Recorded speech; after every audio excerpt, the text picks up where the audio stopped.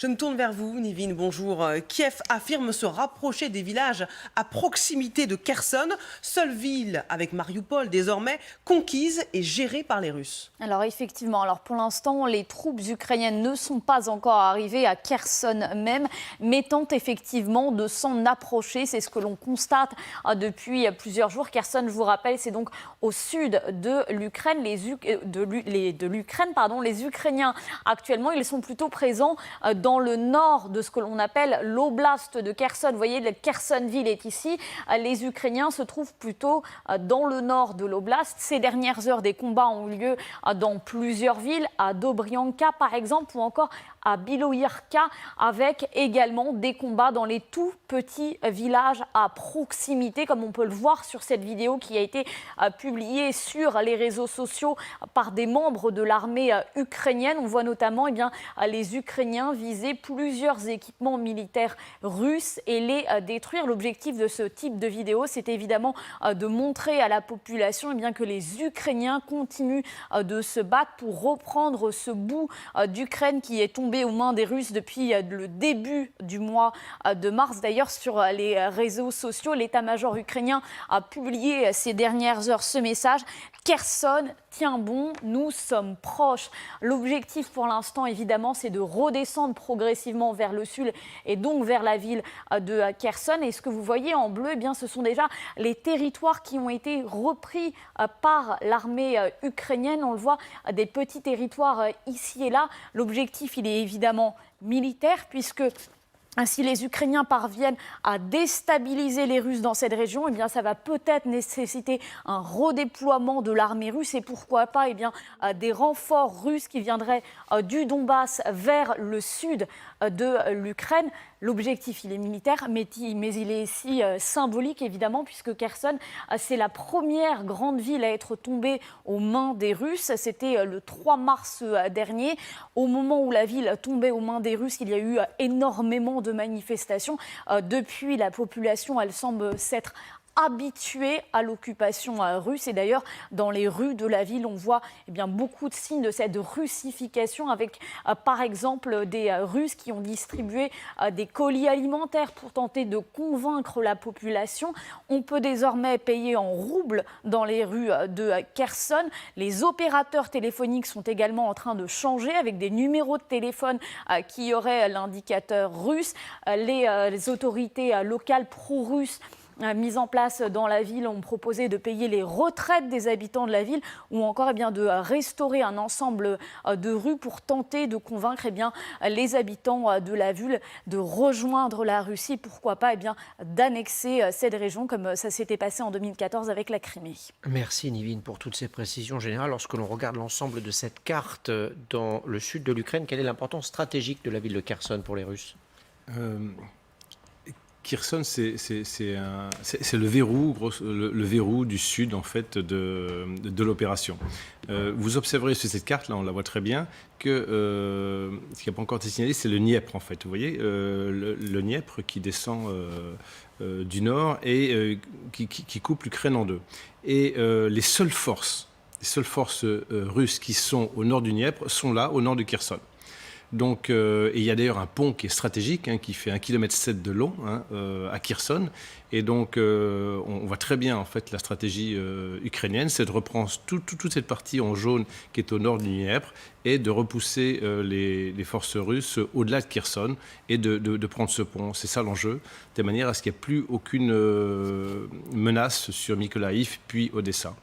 Kherson, Magali, c'est une ville stratégique, près de l'embouchure, on disait, du Dniepr, qui mène à la mer Noire. Si jamais Kiev arrivait à reprendre Kherson, ce serait une victoire assez forte. Ah bien sûr, ce serait une victoire très importante parce que Kherson, comme le disait Nivine, c'est la première grande ville qui soit tombée dans l'escarcelle des Russes, des troupes russes qui remontaient de la péninsule de Crimée et qui ont très facilement finalement réussi à s'emparer de cette ville.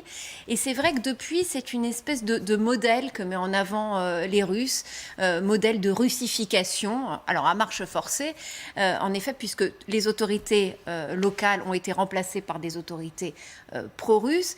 On a beaucoup dit que dans cette ville de Kherson, justement, les pro-russes allaient essayer d'organiser un référendum pour rattacher officiellement cette oblast, cette région, à la Russie, un peu sur le modèle de ce qui a été fait en Crimée en 2014. Et puis finalement, il n'est plus question maintenant de référendum. Les autorités pro-russes qui ont été installées disent qu'elles vont en fait demander, sans vote, le rattachement officiel à la Russie. Donc c'est une ville vraiment symbolique. Vladimir Poutine va en faire un exemple de ce qu'il veut faire en Ukraine. Donc c'est vrai que si les Russes arrivaient à regagner du territoire dans cette zone-là, ce serait un véritable succès. Mais on n'y est pas, on n'y est pas encore. Un tout petit bémol à ce qui a été dit précédemment, les habitants de cette ville, de ce que l'on en sait en tout cas, ceux à qui nous avons pu parler, nous, ceux que nous avons croisés en Ukraine, ne s'habituent pas à la présence russe. Ils vivent avec parce qu'ils n'ont pas le choix, mais la plupart d'entre eux, selon les témoignages qu'on avait, restés chez eux, enfermés, ne sortaient pas de peur des contrôles notamment. D'ailleurs, à Kherson, il y a eu beaucoup de manifestations. Il y a eu des manifestations. Oui. On a vu des images très longtemps, encore récemment, de manifester effectivement contre la présence des Russes. Tout à fait. Cette russification de Kherson, est-ce qu'elle s'est déjà produite dans d'autres villes ailleurs, dans ce qui a été ce territoire immense de l'Union soviétique pour les pays qui sont repassés dans le giron, ou les territoires en tout cas qui sont repassés dans le giron de Moscou? Mais vraiment, à vrai dire, je ne pense pas. Tout d'abord, c'est juste une tentative à poser des balises que c'est le territoire russe, mais on ne voit pas ni russification. Mais c'est quoi la russification? Je ne comprends pas. C'est-à-dire quand on commence à payer en roubles, quand les autorités locales qui étaient ukrainiennes, je ne sais pas si elles étaient pro-russes, ça je ne sais pas, mais en tout cas le sont devenues après, lorsque ce sont les Russes qui font la police, ce sont les Russes qui distribuent de la nourriture, ce sont les Russes qui payent les retraites. C'est ça la russification. Oui, mais ça veut dire que la vie le niveau de la vie va baser trop vite, parce que vous savez que même la situation en Russie, la population est très pauvre. Et je pense qu'au fur et à mesure, ça sera entendu par ce territoire que entrer en Russie, c'est pas quelque chose comme une décoration, quelque chose comme le monde meilleur. Et ça veut dire que c'est juste que, comme j'avais déjà dit, que c'est des balises, c'est un non, mais je ne vois aucune raison à réunir ce territoire avec la Russie, parce qu'on a suffisamment de territoire à l'intérieur du pays, et c'est juste encore cette tentative à obéir, à faire soumettre ce territoire ukrainien qui est indépendant pour la volonté de Vladimir Poutine. Mais en même temps, en Russie, on voit... C'est aussi ce discours à faire en République ou réunir ce territoire avec Russie. C'est une idée qui est absolument folle, parce que si on regarde la situation en Donbass, c'est qui était en Donbass des séparatistes? C'était qui? C'était mineurs, c'est le service secret, c'est les gens mercenaires qui étaient engagés dans le territoire russe.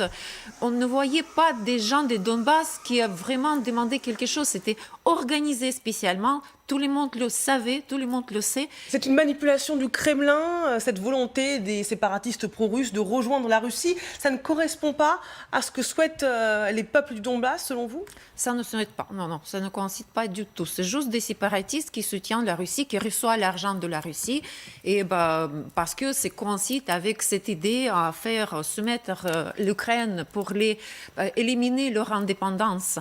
Mais ce que je voudrais remarquer, que c'est très important que Lavrov a donné cette interview pour la chaîne française, parce que je pense que pendant les derniers mois, France a déjà se montré comme, vous savez, comme quelqu'un qui ne croit pas à la propagande russe, qui voit des épreuves de la vérité. Mais Lavrov continue à mentir. Mais est-ce que les choses, s'ils sont blancs, et si les noms noirs deviennent noirs? Mais non. Et par contre, si vous prenez cette version de la Russie, prenez cette mensonge, vous devenez les complices de Lavrov. Et il continue cette manipulation. Tout le monde regarde.